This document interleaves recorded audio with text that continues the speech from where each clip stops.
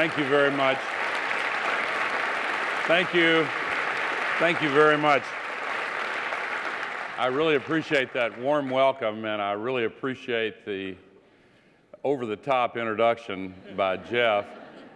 It was kind of World War III that night on his plane. It's a great honor for me to return, because this is my second visit to the 13th annual Skoll World Forum on Social Entrepreneurship. I want to congratulate Sally Osberg, the CEO of the Skoll Foundation, and the many members of the team that puts this together and does such a great job. I want to especially acknowledge my friend Mary Robinson, former President Mary Robinson, and my friend, her husband Nick. We get to hang out in a lot of places around the world listening to Mary give speeches, and it's great to be with Stephanie Swetlove, Jeff's beautiful wife, and it's so great to see your mom and dad and sister and brother-in-law here, Jeff. I feel at times a little bit like a member of the family because we spend so much time together, but I can't, I don't have enough time to say everything I would like to and really should say about Jeff, but it's amazing the commitment that he has, the many organizations that he has established to pursue important goals that are crucial to all of us. And I did have an opportunity in LA, as Jeff mentioned, to elaborate on this. I'm not going to do it today, but everybody knows that Jeff is really an incredibly special individual who's making a tremendous difference in the world. I am going to move into my presentation because I've got a lot to say and a lot of pictures to show you, and just barely enough time to get through it all.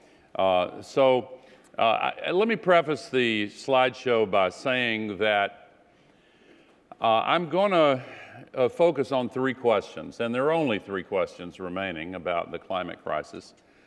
The first one is, do we really have to change? We still rely on fossil fuels for between 80 and 85% of all the energy in the world. It's been associated with reductions in poverty and raising living standards and the creation of this elaborate global civilization. And yes, there have been a lot of unintended consequences, but when we look at how important they are and have been to us, the question naturally arises, do we really have to change? And the second question is, can we change? If we decide we have to, do we have the ability to change?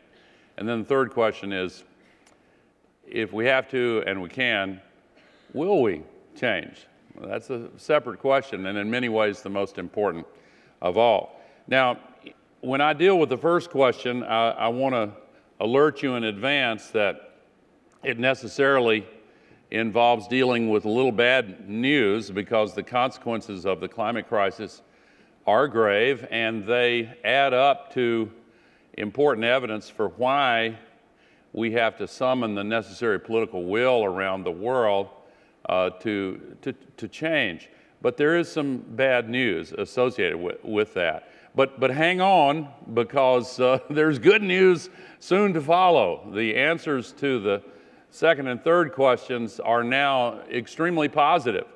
And like Jeff, I am very, very optimistic. Damage has been done. Some more damage has been baked into the system and will occur. But I'm very optimistic about this. So let me start with some pictures of the Earth. I always start with these kinds of pictures to try to shift the frame of reference because we're not used to thinking about the planet as a whole. Well, many in this group really are, but most of us aren't. And this is the famous Earthrise picture taken December 24th, 1968. It really changed consciousness and led to the modern environmental movement. This is the famous blue marble picture taken in December of 1972, and is the most commonly published photograph in all of history.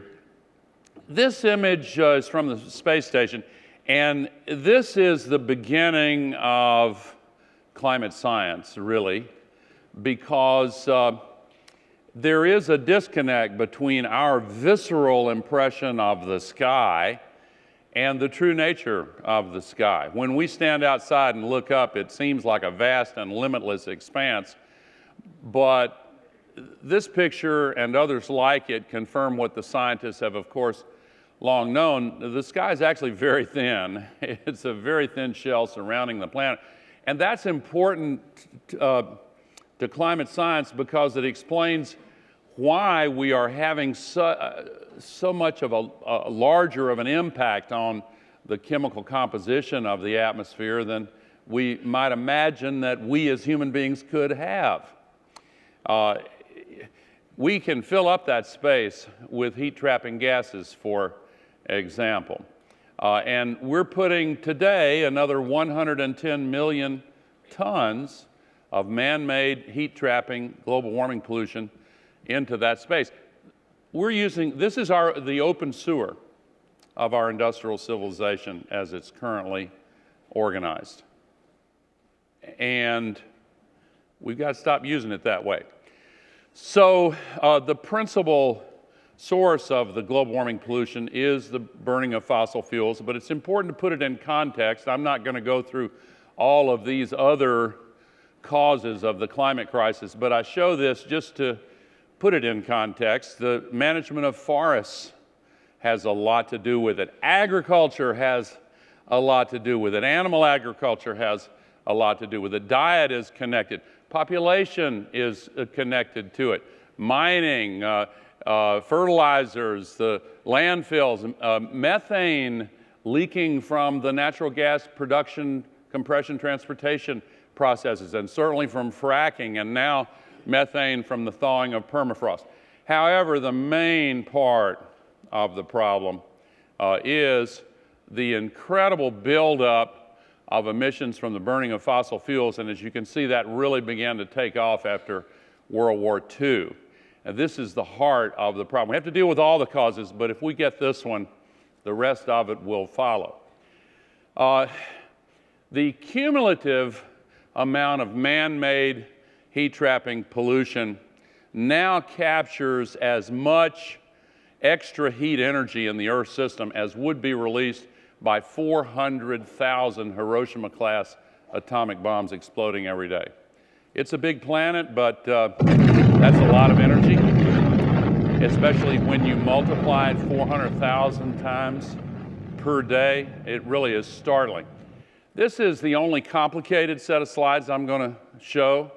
And I didn't really major in statistics, so some of y'all are better at this than I am, but this is obviously a bell curve or a Gaussian curve, and what it illustrates is the distribution of temperatures called normal, arbitrarily the period chosen to represent normal temperatures, 1951 to 1980, and the days are evenly divided between normal temperature days in white, cooler than average in blue, and warmer than average in red. So in the 1980s, the entire curve shifted to the warm side, and you see in the bottom right, for the first time, statistically significant numbers of extremely hot days. In the 1990s, it shifted further, and you can see the bulk of it is now warm and hot. And in the last 10 years, the extremely hot days have become more numerous than cooler than average days. We still have cooler days, and we still have cold days. But the balance now is very different than it was just 30 years ago. The extremely hot days are almost 150 times more common now than just 30 years ago. So this has a real consequence. You can see the temperature increases depicted there in graphic form, and as many of you know, 14 of the 15 hottest years ever measured have been in this young century, and the hottest of all was last year. The second hottest was the year before. And some of the temperature extremes now are beginning to capture people's attention. You know what the heat index is? You'll see the weather report, and the meteorologists say, you know, the temperature is such, but it feels like. It's a combination of temperature and humidity. One day last July in a city in Iran, the heat index was 165 degrees. It's hot outside, but it feels like 165. So no matter how healthy, human beings simply cannot live for more than 6 hours outdoors in conditions like that. And there are regions, especially around the Persian Gulf, that may well have to be abandoned. But in any case, I wanted to show you, the March numbers have not been analyzed yet, but January and February have been analyzed. And I want to show you February. This was this February.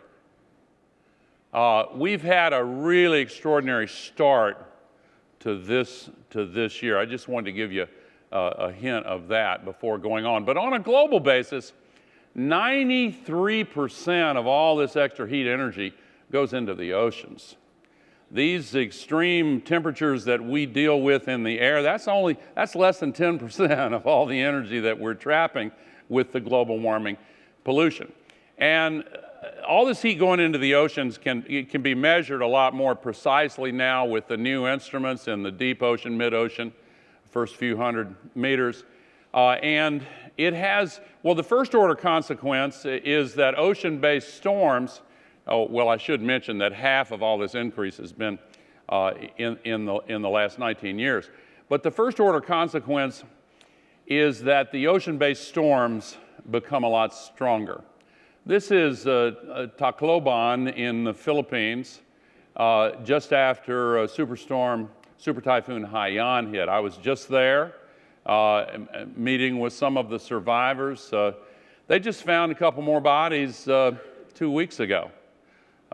Scuba divers took 2 skeletons out of a car at the bottom of the bay. They say there are 50 more vehicles down there.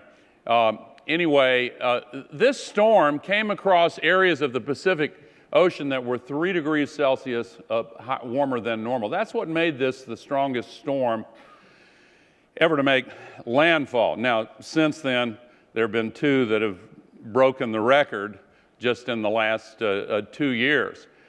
Superstorm Sandy came across areas of the Atlantic Ocean before it hit New York City, 9 degrees Fahrenheit warmer than normal. That's what made that storm so devastating. And the second order consequence of the warming oceans is affecting all of us. The water cycle we all learned about as kids, the evaporation off the oceans is carried over the land and falls as precipitation, then it works its way back to the sea. You now hear the scientists talk a lot about atmospheric rivers. The Brazilian scientists call them flying rivers. This is not water, it's water vapor. And there has been, because of the warming of the oceans, a massive increase in the amount of water vapor going into the skies.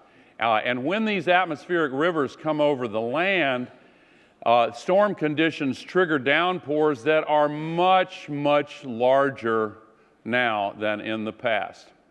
Not long ago in western Libya, they got 11 months of rain in 1 hour. This is, and of course, you know, again, some of this is counterintuitive. The raindrops that fall on the ground don't all originate just from the part of the sky directly above where they fall. If you've got a bathtub full of water and you pull the drain, the water rushing down the drain obviously doesn't come just from the part of the tub directly above the drain. These storms reach out thousands of kilometers and funnel this water vapor toward the place where the storm conditions release it. Watch this storm over Tucson, Arizona last summer. Watch it splash off the city.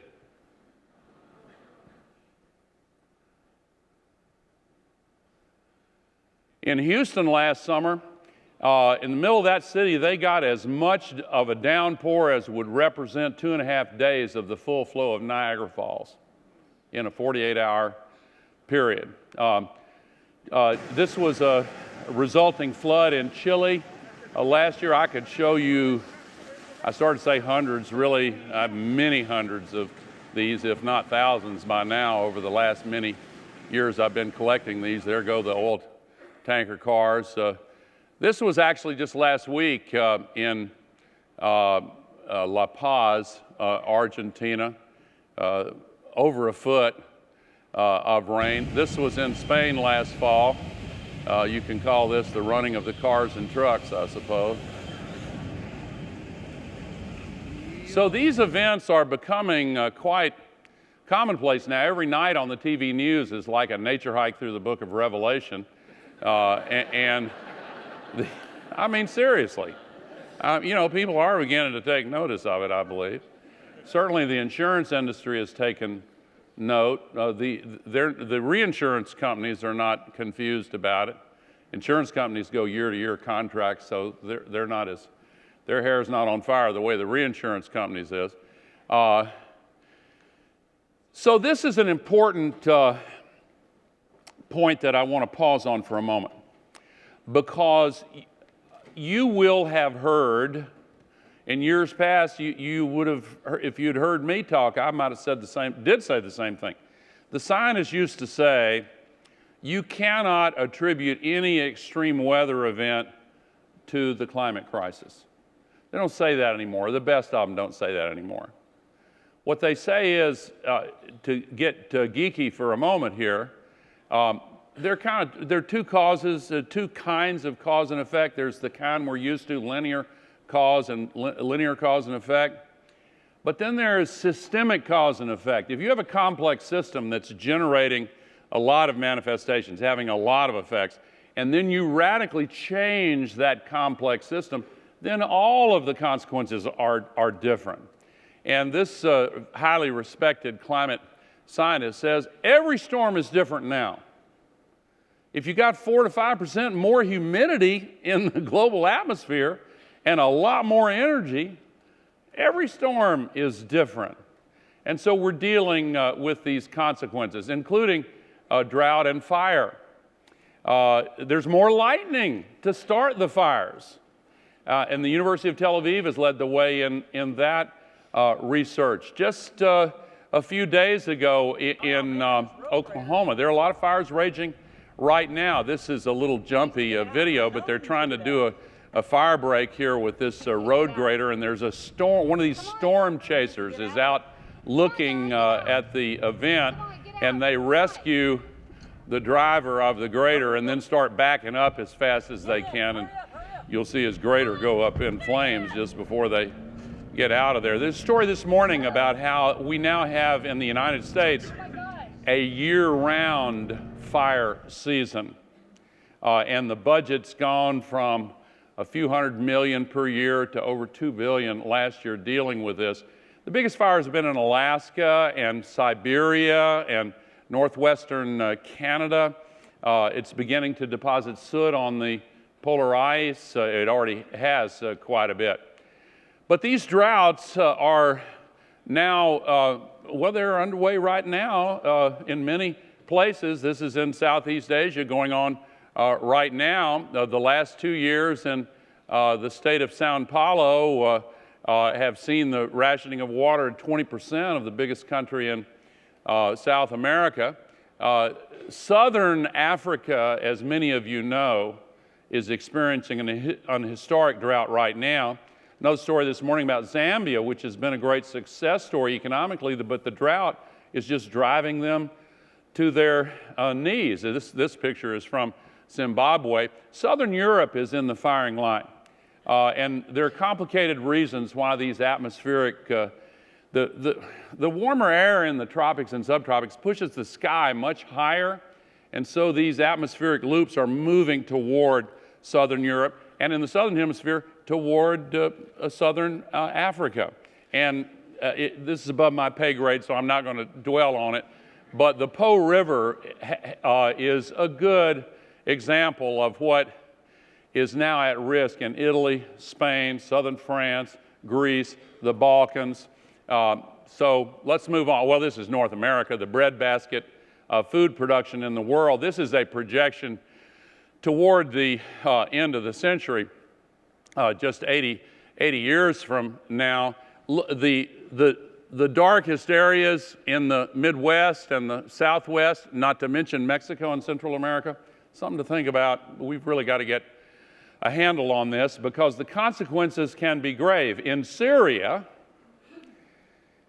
the historic climate-related drought, peer-reviewed science, connecting all these dots, from 2006 to 2010, destroyed 60% of the farms in Syria and killed 80% of the livestock, and generated 1.5 million climate refugees into the cities of Syria, where they collided with another 1.5 million from the Iraq War.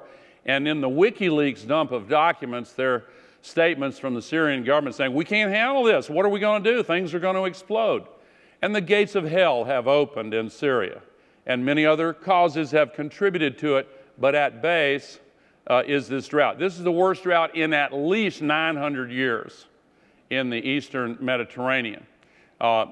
In any case, the U.S. Department of Defense has been warning about this for quite a long time, that climate change is going to cause disruption and disorder and conflict because of food shortages, water shortages, pandemic disease, refugees, the refugee crisis that has been destabilizing European cohesion, has many causes, Assad and the other elements of that Syrian civil war and all of that. But again, a climate, as predicted, is generating lots of refugees.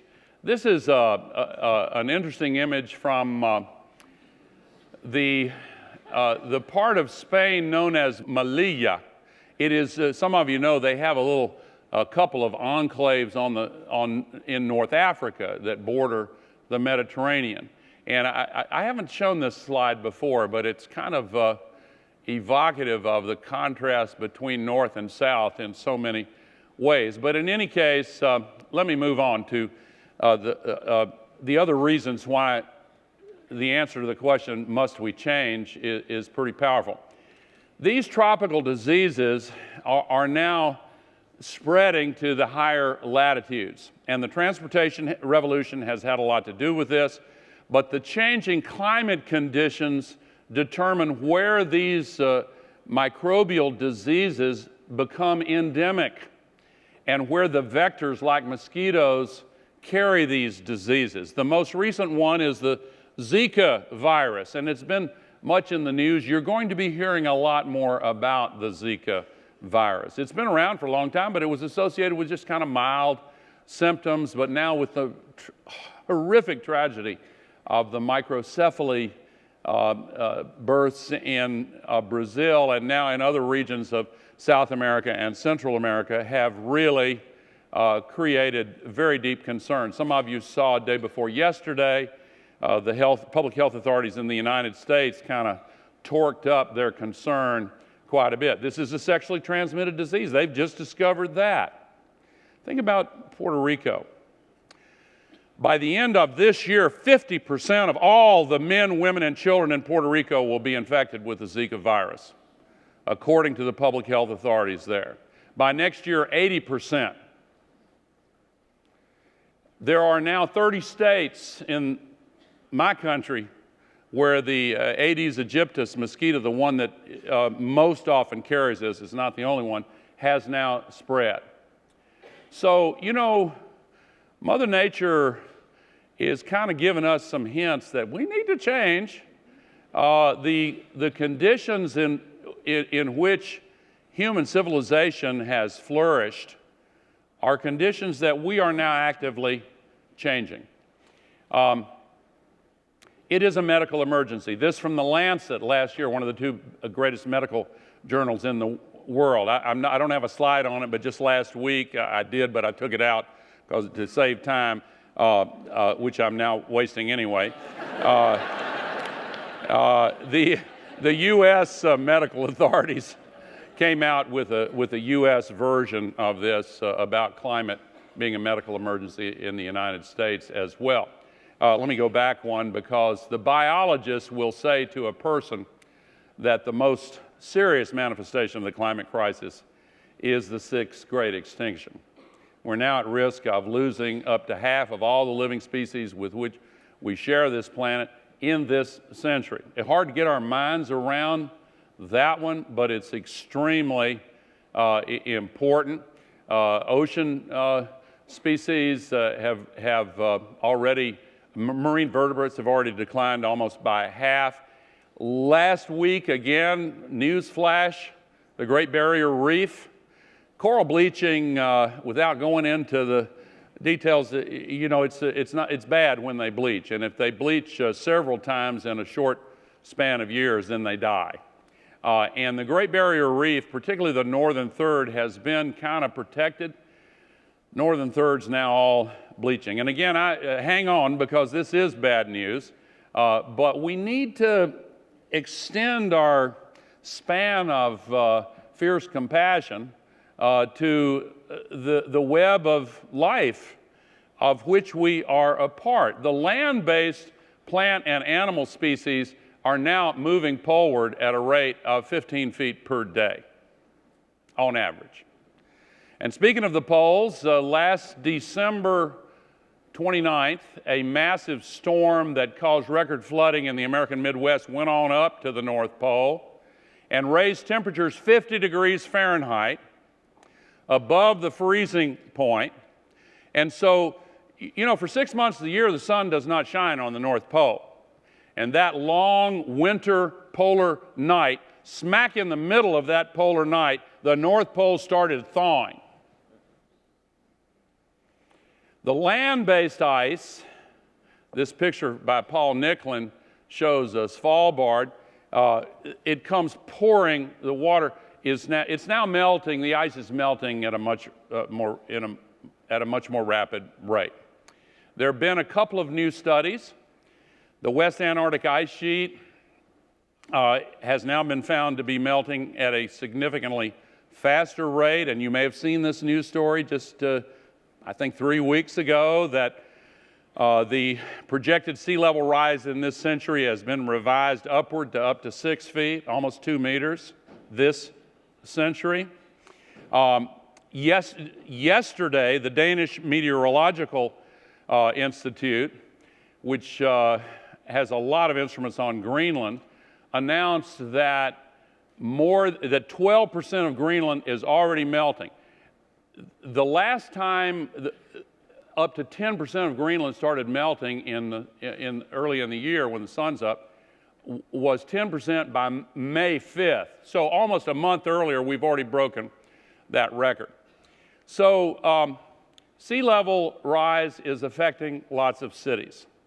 And when you measure the ones most at risk by population, they're dominated by South Asia and Southeast Asia and the subcontinent, Mumbai, Kolkata, etc.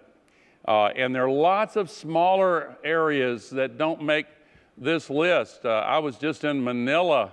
They're really at risk. You don't think about Sacramento, the capital of California, being at risk, but it is. If you look at the cities by assets at risk, number one is Miami.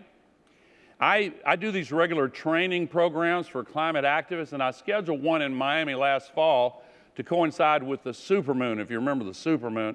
Well, the supermoon also happens to coincide with the king tide, the highest high tide of the year. I saw fish from the ocean swimming in some of the streets of Miami Beach and Fort Lauderdale and Delray.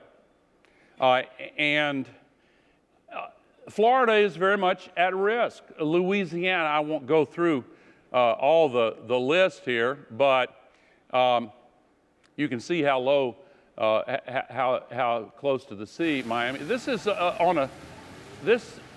no rain is involved in this. They call it sunny day flooding. This particular image is at night, but they call it sunny day flooding. This is one of the streets in Miami Beach. Right now, this is already happening. Now, the mayor of Miami happens to be a Republican, and I mention that prominently because I am thrilled that we're beginning to see the breakdown of this nonsensical effort to make this a partisan, ideological issue.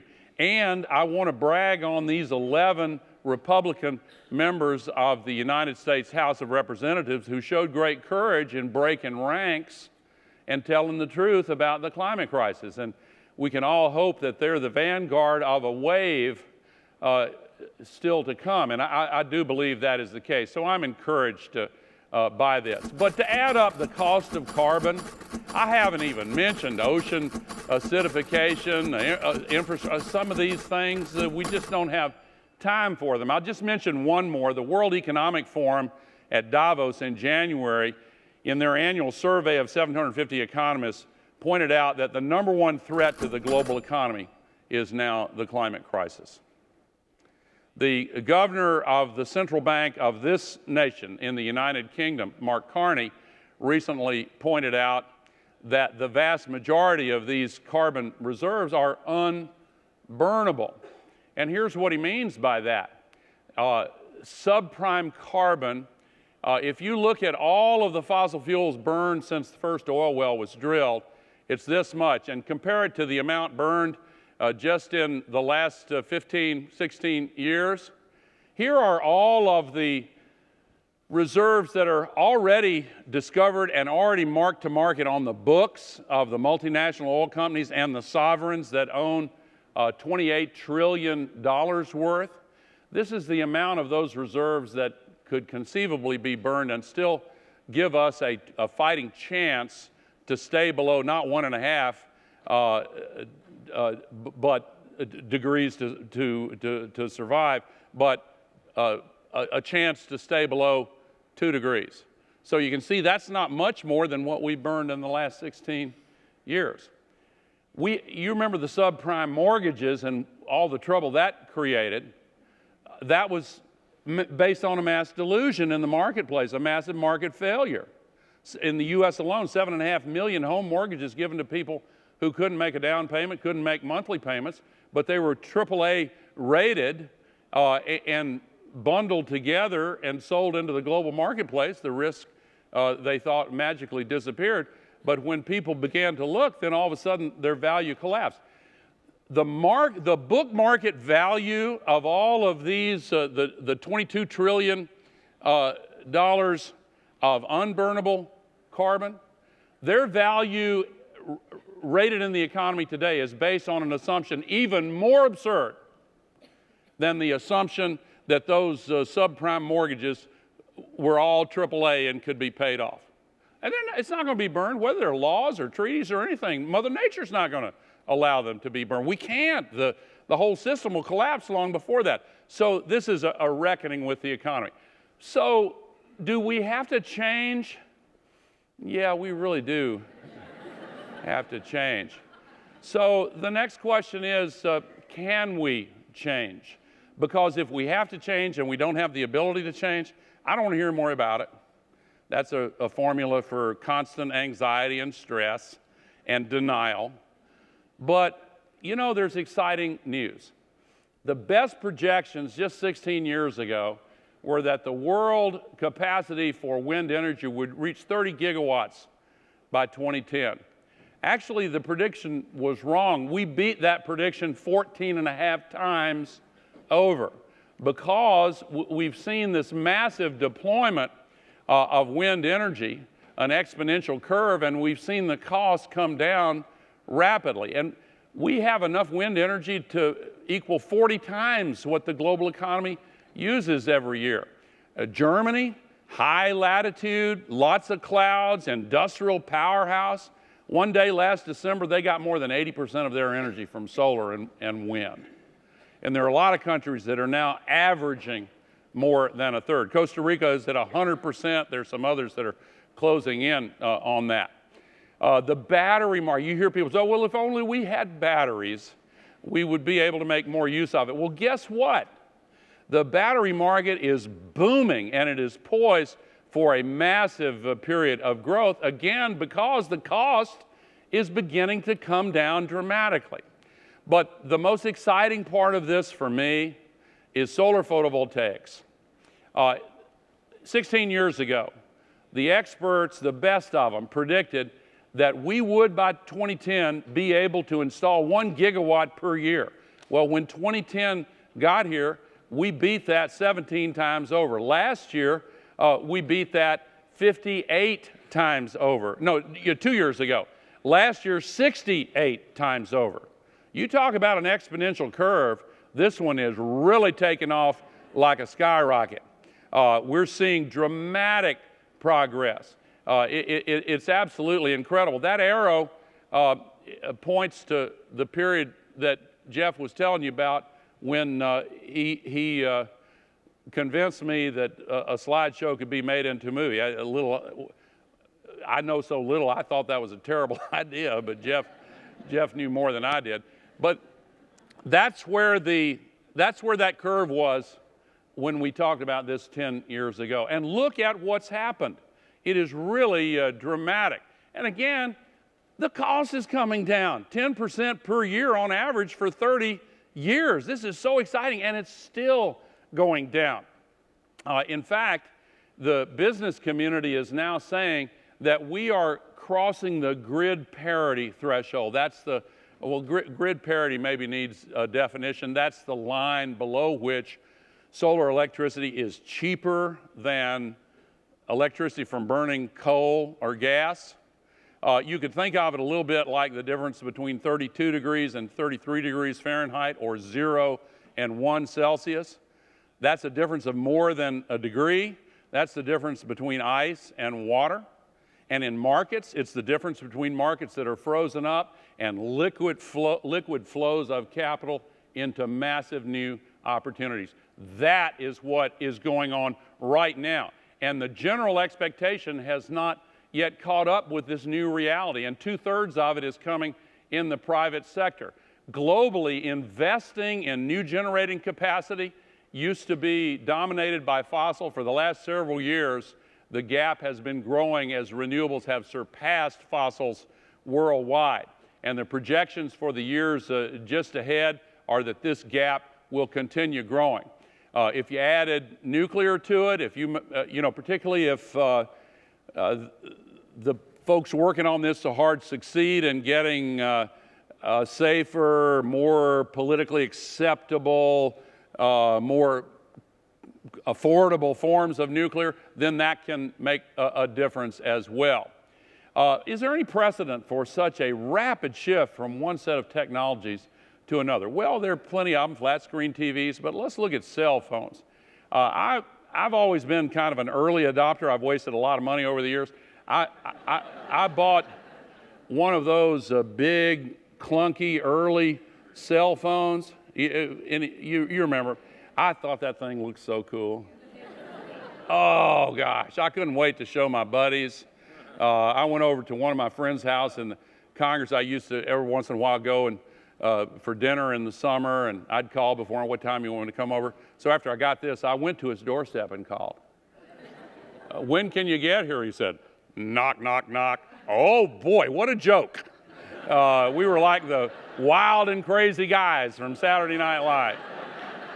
So about that time, AT&T, which we used to call Ma Bell, hired McKinsey to do a global market study. How many of these can we sell by the year 2000? And they did their work, came back, said 900,000, good news.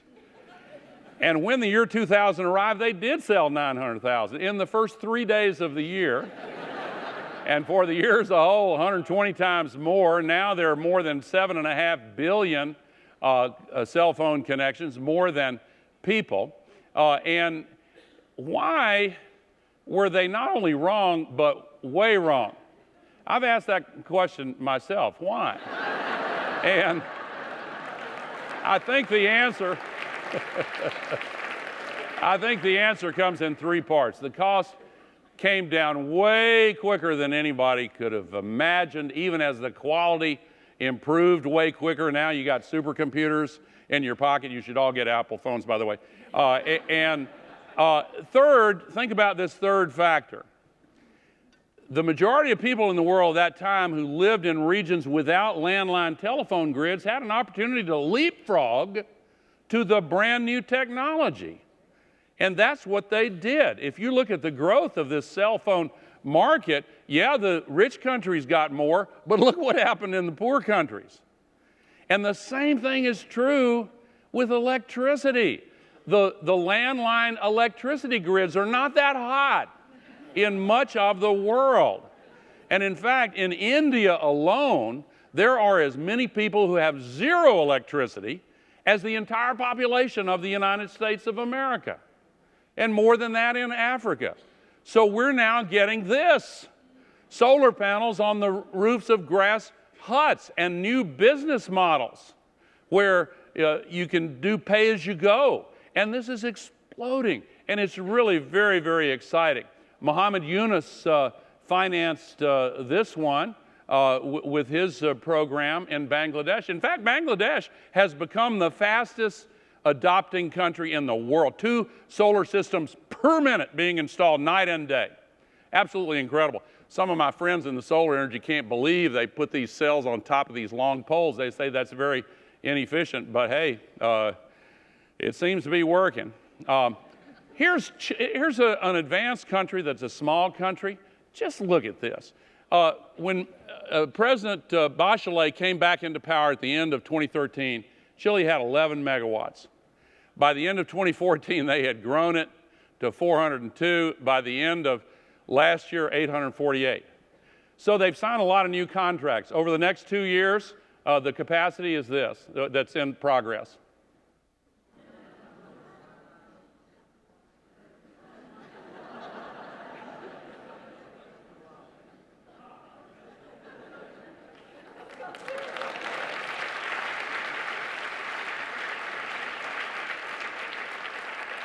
We're on the cusp of seeing this all over the world because it's cheaper and it's more efficient. And by the way, it has zero fuel cost, and in most cases, zero moving parts. And did I mention zero pollution?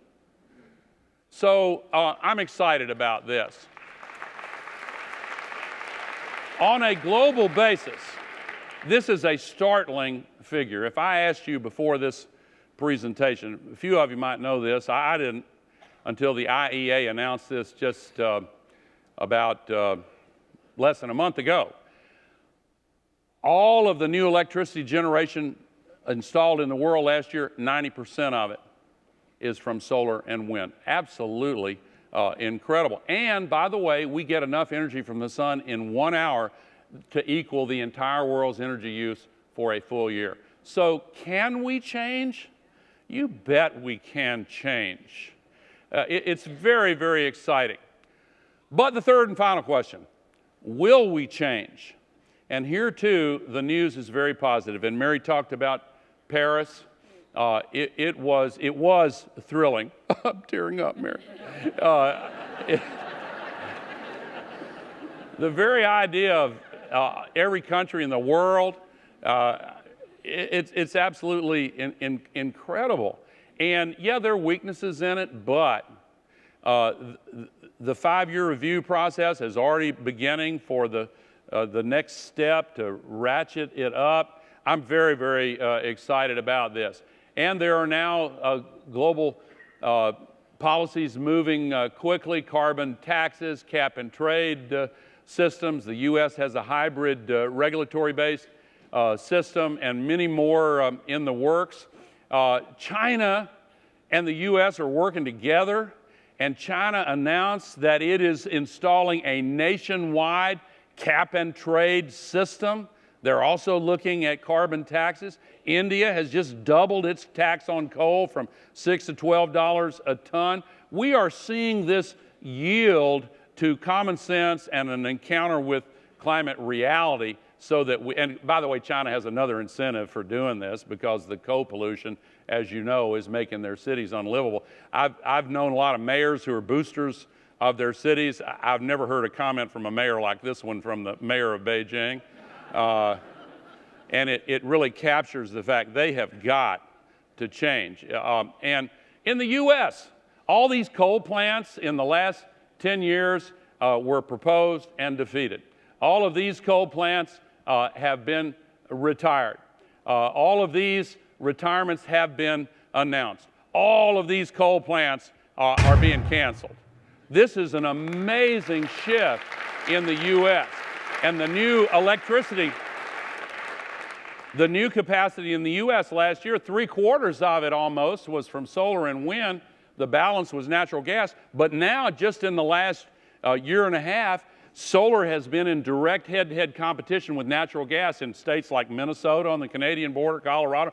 And solar is beating natural gas. So this is the beginning of a new era. So I want to close by referencing the fact that political will is being marshaled. Almost 400,000 people marched in the streets of New York City before the UN special session on climate, many demonstrations similar to this around the world. And it reminds me of a line from one of my favorite poets, Wallace Stevens, in the 20th century. He was a businessman who became a poet. And he wrote a line that went like this: "After the final no, there comes a yes. And on that yes, the future world depends." Every great moral challenge confronted by humanity has involved people resisting it, and the people pushing the reform have met with an endless, seemingly endless series of no's. No, no, no, no, no. If you look at the abolition movement, which began in this country, what a fierce set of no's, but the fierce compassion of those who were determined to abolish slavery. Finally, there came, after the final no, a yes. The fight to give women equality and the right to vote, to get rid of apartheid, more recently to ensure that people can marry the person they love and to have gay and lesbian rights. If somebody told me 5 years ago that was going to be all over the United States just 5 years later, I would have said, well, I sure hope so, but I think you're smoking something. I don't think that's realistic. But here we are. And why is it? Because when any of these great causes is ultimately resolved into a binary choice between what is right and what is wrong, the outcome becomes foreordained because of who we are as human beings. And when the underbrush is cleared away and we look straight and clearly at the moral choice that has to be made, and that is where we are on the climate crisis. We know what's right and we've seen what's wrong. There are still some people who doubt that we have the will to act. But always remember that the will to act is itself a renewable resource. Thank you very much.